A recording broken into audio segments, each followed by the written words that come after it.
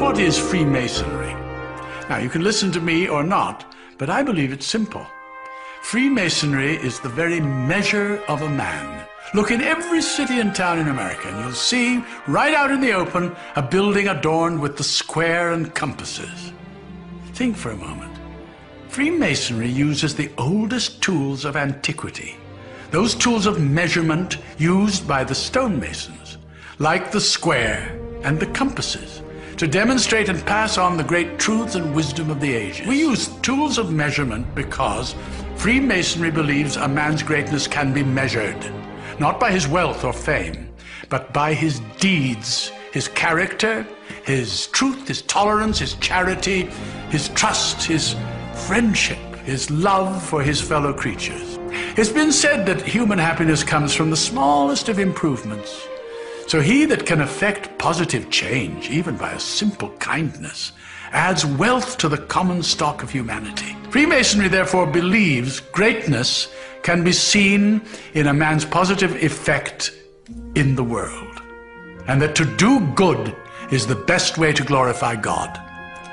Where the roots of Freemasonry began, no one can say for certain. They're hidden in antiquity, and perhaps that is best, at least for me.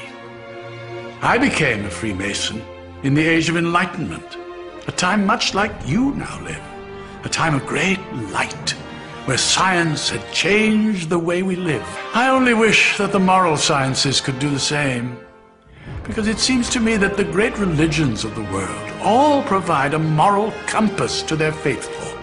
And while each man must wrestle in private with his personal relationship with God, Freemasonry offers an ecumenical brotherhood, a fraternity composed of men of all religions, founded on the practice of the great moral and social virtues. And that's why you see on our symbol the letter G. It is there to remind us that God is part of each of our lives, and that the all-seeing eye of God will take the true measurement of our action. Freemasonry has three great lights by which we measure ourselves as men and masons: the square, the compasses, and the volume of sacred law we place them upon. That sacred book, one revered by the individual mason, is where we take our oaths, lay the foundation of our lives. The square, providing direction, helps us to square our actions by the square of virtue, because virtue is the stone used to build the man and his temple.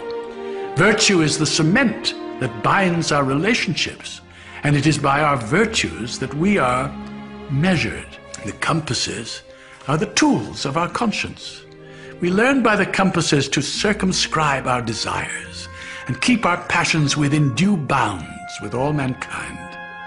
The compasses create a circle, the precise circumference required to keep tradition and revelation, principle and creativity in balance. Now, as to the great secret of Freemasonry, it is actually found in the unconscious of each person. It is discovered by each individual for himself, Mason or not, as he comes to know himself and finds the road that takes him to his city. Because the real secret of Freemasonry is finding out who you are. The Mason's square doth clear the air of folly and deception. The rule is straight, the angle clear, for greatness has direction. By the compasses abide the points within so far and wide. No pleasure sway, nor profit tempt these bounds of Mason pride.